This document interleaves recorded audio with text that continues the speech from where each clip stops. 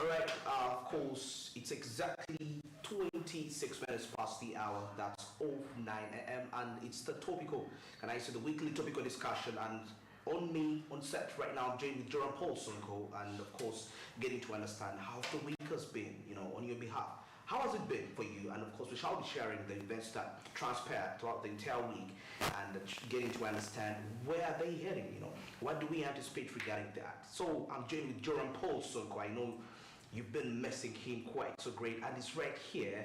Jerome, good morning. Good morning, how you doing? How's been your week? Another week to be thankful for, I should say. That we're moving on hard, we're trying. I hope everyone is doing okay, wherever you are. It is Friday. It's a time when we have to reflect back on what has been making headlines across the world of business, and quite a number of topics have been trending. Lots of topics. I've not seen a trending days like these days. I mean, it's been quite enormous. And as we're clicking to the end of the year, you can definitely have to expect a lot of business reports coming up. So surely, as we're here, we are going to be looking at the weekly topics that have been trending across the business. Well, quite many have been there, and I believe we've been giving to you all those details here on SMB or in other programs here on SMART24 TV.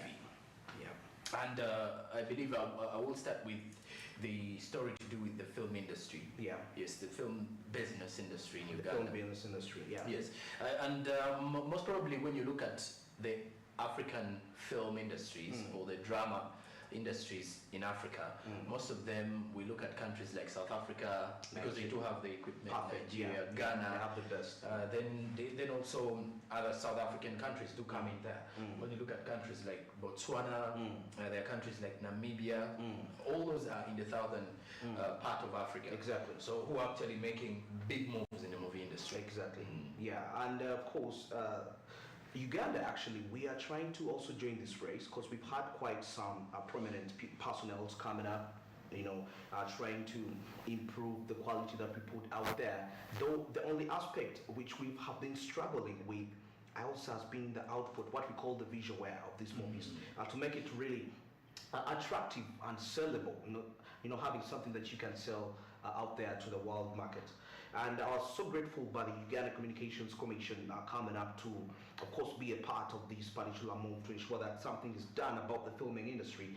And actually there was a partnership with a certain college in the United States of America, and it's going to be teaching the different film sector players in the country the skills on how best they can actually come about with this industry, because there is quite potential.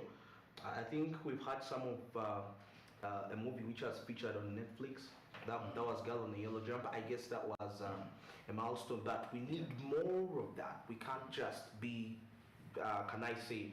we can't just be comfortable with just having just one movie hitting it there, because that means streaming revenues. When you're Netflix, you earn.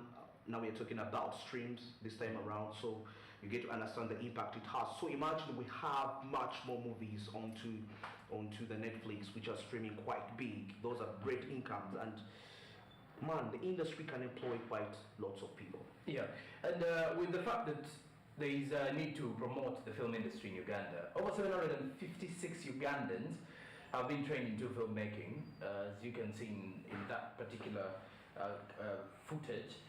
Most of them have been trained into filmmaking, where over 16 have been recognized and awarded. This is a move to ensure that even the young talent that is coming up is being awarded.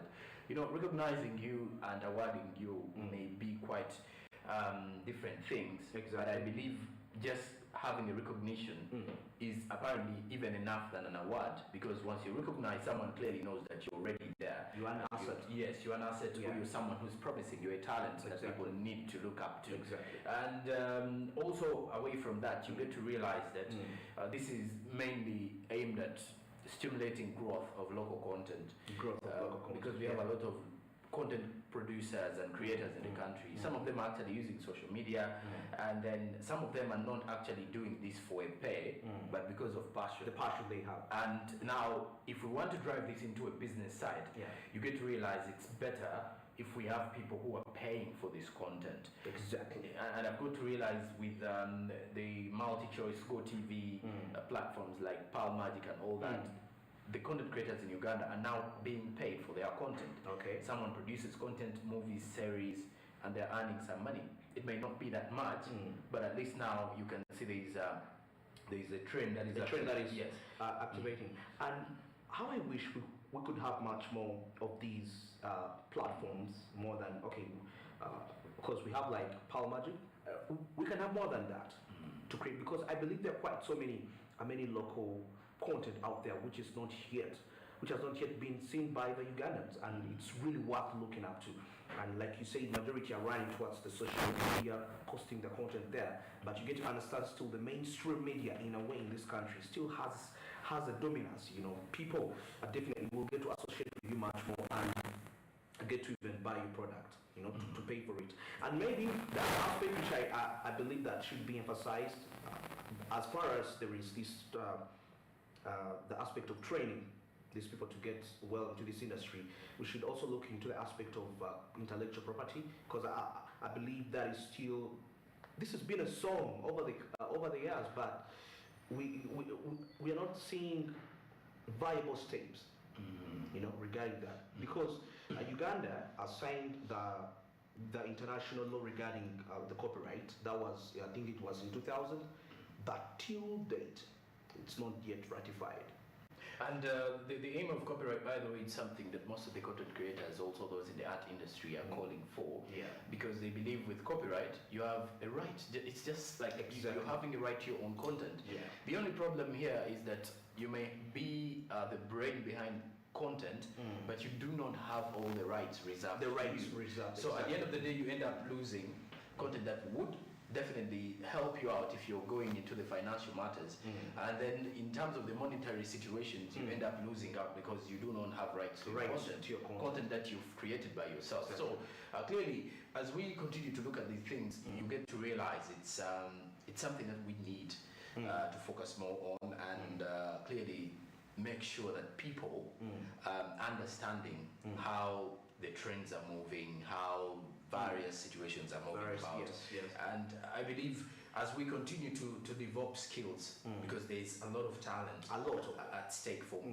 probably everybody in the country. Everyone is active in the movie industry. Everyone in the movie industry clearly shows you that there is a trend. And there's been changes with the way people have been moving, with the way people are with the production, first of all, the quality of the equipment now being used, the cameras and all that, even the kind of nominations we are getting. Besides having movies on Netflix, you get to realize now we're having movies being nominated across the African continent. That's a great achievement. So that's a great achievement that we need to look at.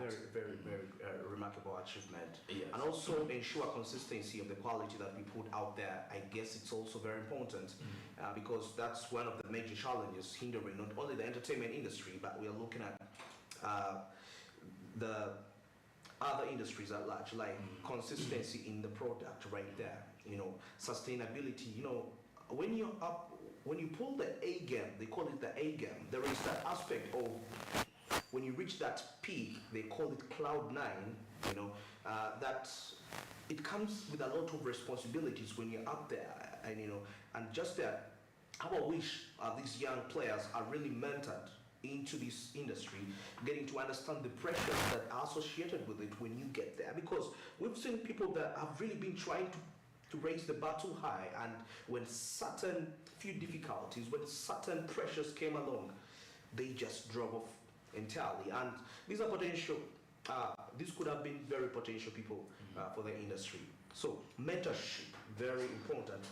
Despite getting the skills, you know, you may have, you know, emotional intelligence. That's what, because this industry has a lot. It entails a lot.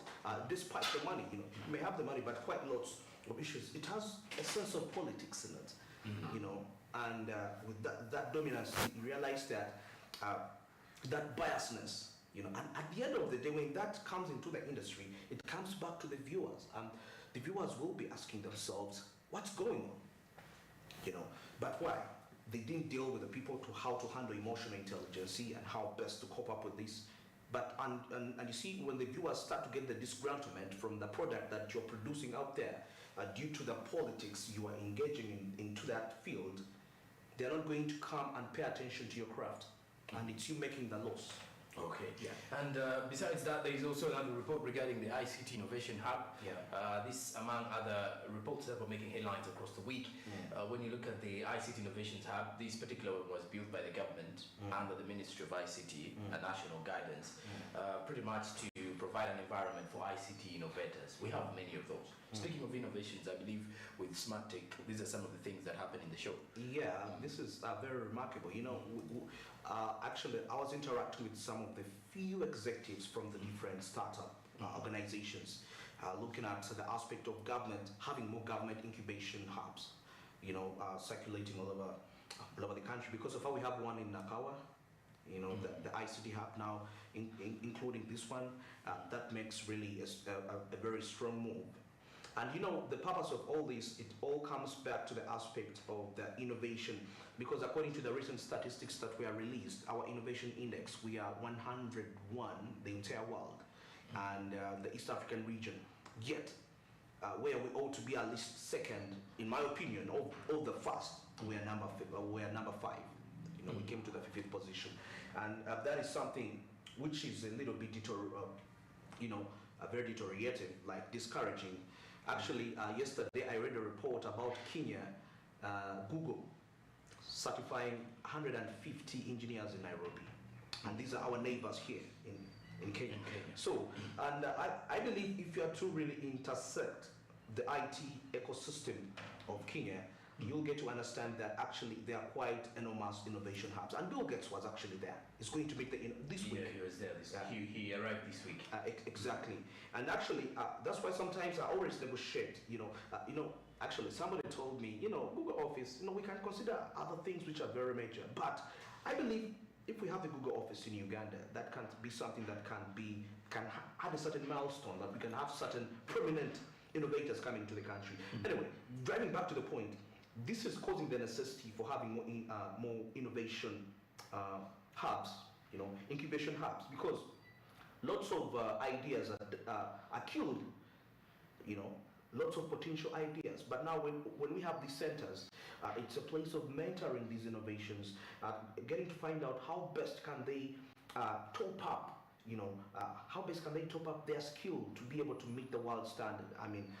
And that will be an icebreaker, because we have quite few innovations in Uganda which have really cut across, and if you are even in the United States of America, you can actually apply to them.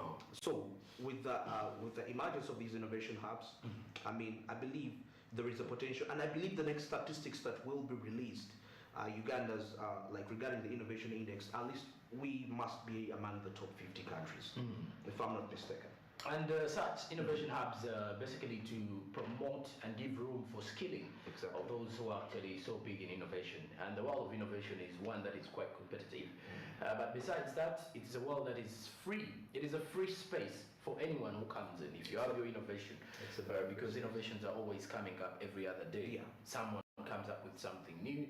So if you have something, the innovation hub is there, courtesy of the Ministry. And maybe something to add on. As talking about talking to the young innovators, because I don't see the relevancy as to why we should have quite lots of innovations, but yet their impact is not felt, based on the current requirements of the economy.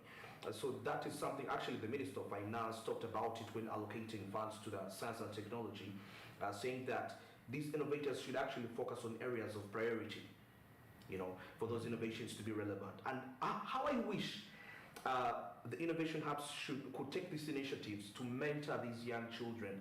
Not sure, are they children? Anyone, even the children are young. Because you get to realize innovation is wide. The young children and the young children and the youth, to get to understand what are those areas of priority. Because when we have priority innovations, they're going to be of relevance to the economy, and once the economy is prospering because of our innovations, there is no way our innovation index will really stay down. Okay, I believe so. And then lastly, besides that, we get to realize something to do with the electricity infrastructure vandalism. This has been a very huge concern, not only this very year, but for the past 5-10 years in regards to the energy sector, as Uganda continues to lose over 26 billion Ugandan shillings in stolen copper wires vandalize transformers and poles, amongst others. These are extra costs that are charged onto the suppliers, mainly under the Ministry of Energy. So the rampant vandalism of electricity infrastructure is now remaining a very huge challenge in delivering quality and reliable power supply across the entire country, because the aim is to make sure that the entire country is lighting up, because we do have the electricity here. Exactly. So, but when you look at some of the critical sectors that are being affected due to electricity infrastructure vandalism, include the health sector, then the manufacturing sector, including industries and that, and so on.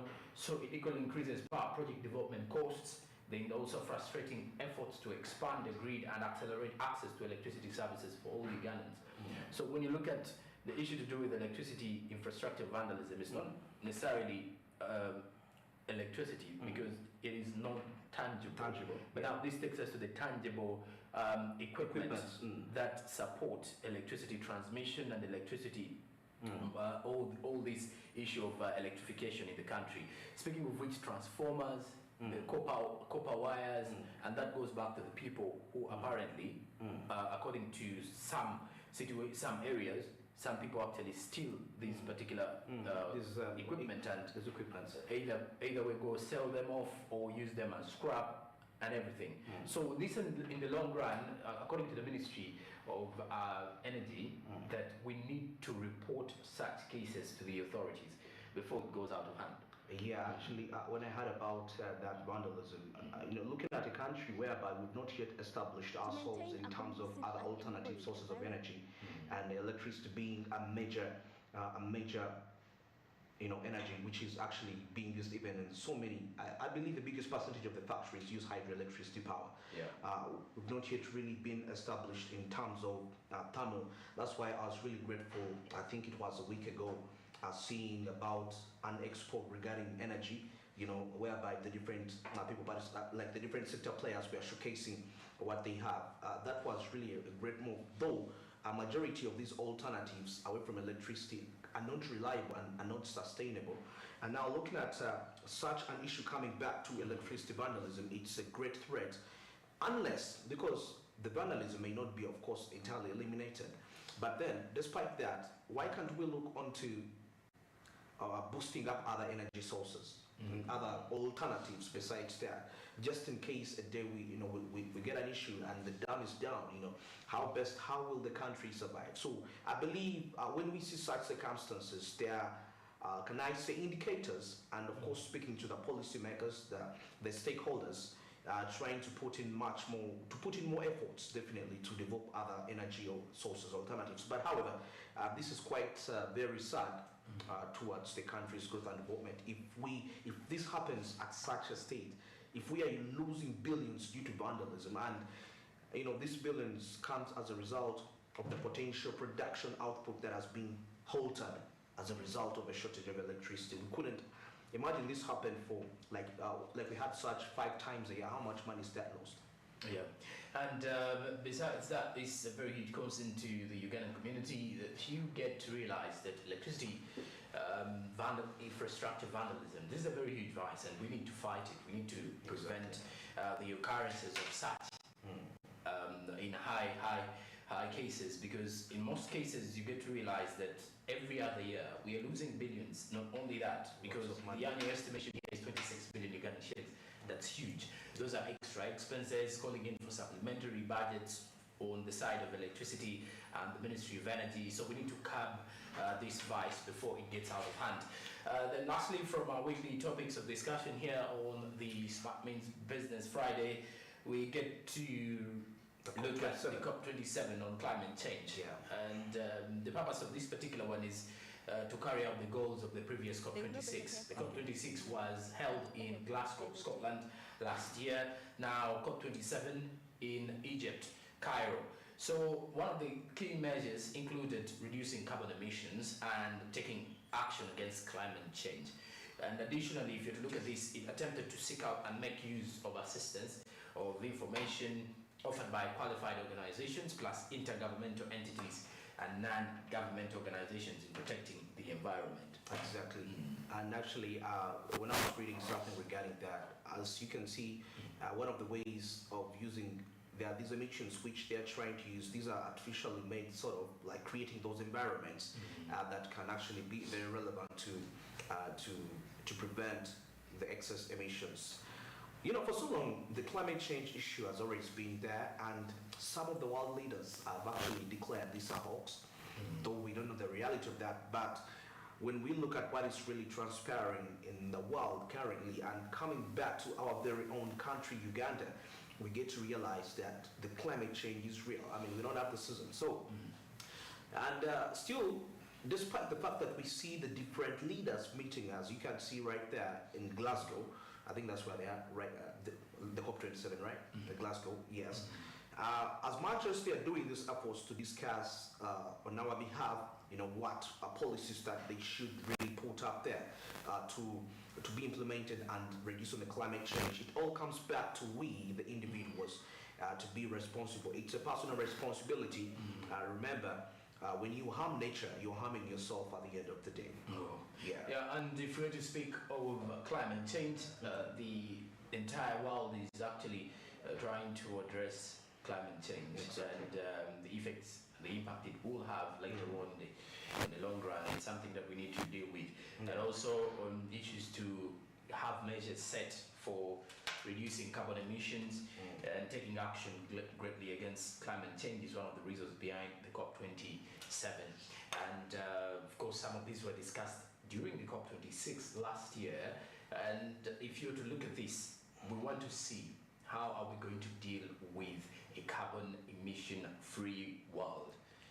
That is why you're going to realize that sometimes now countries are pushing for use of electric cars, and getting done with the use of the petrol, gas, that apparently fuel, because they believe fuel is has more concerns to climate change. Yeah. So if you're to use electric cars, some countries are already now transiting to electric cars. So that is something that we need to be very cautious about. Even the human activities, by the way, have a very huge impact on climate change.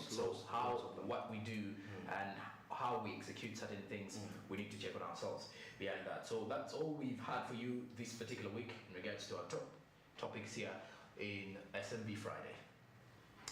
All right, and of course, it's exactly 50 minutes past the hour of 9 a.m. and we've come to the end of SMB this week. And of course, we're grateful from where we started from since Monday. You've been with us all the way regarding till today, Friday, as we are winding up the week. Hope, of course, I know things may not have gone as you expected this week, but definitely we expect when you go back to this weekend, you will be in position that's to make the mistakes right, to rectify your mistakes, let me say that. And of course, I'll be joining you again at 8 p.m. today with Smart Tech. And of course, this time around, we shall be looking at the NFC technology, looking at a multi-CAD, which you can actually have, and you'll be in position to execute quite lots of tasks. Maybe before I wind up, Jordan, what has been your take for this week? Well, I know when you look at what the encounters what you've encountered this week, I believe some of them have been lessons to you regarding that. What is that take home that you can tell if you are out there to get to understand about realities of life? When you're still alive, everything is possible. That's all I can say. I've not had a good week. Mine hasn't been a good one. It's been quite tempting and terrible. Sorry on about the that. side of certain situations about life. But I get to realize that once you're still alive and you're gassing up in the morning, then you're good to go. All right. And that is something that I've learned this particular week, that hey, even if you have some challenges and tomorrow you still have life, you're going to walk through them, definitely. So that's my take as we're heading into the weekend. All right, thank you, Joram, and of course I hope that you have the best of the coming week. All right. And of course, we've come to the end of SMB this morning. And of course, don't forget at Smart24 TV on Twitter, Smart24 TV official on Facebook, and at Smart24 TV Live, you will be able, that's on YouTube, as you will be able to get us at whatever part of the globe you will be at. And channel 394 on Go TV and channel 372 on DSTV, as you will be still in position to get us by this time around within the East African region. And of course, from the entire SMB team, from the entire production team, of course, the team that was putting up everything together to ensure that you have this content delivered. We are really very grateful, and of course, above all, the viewers right there. Coming up is Financial Markets with Anthony Sebali. Till next week, good morning.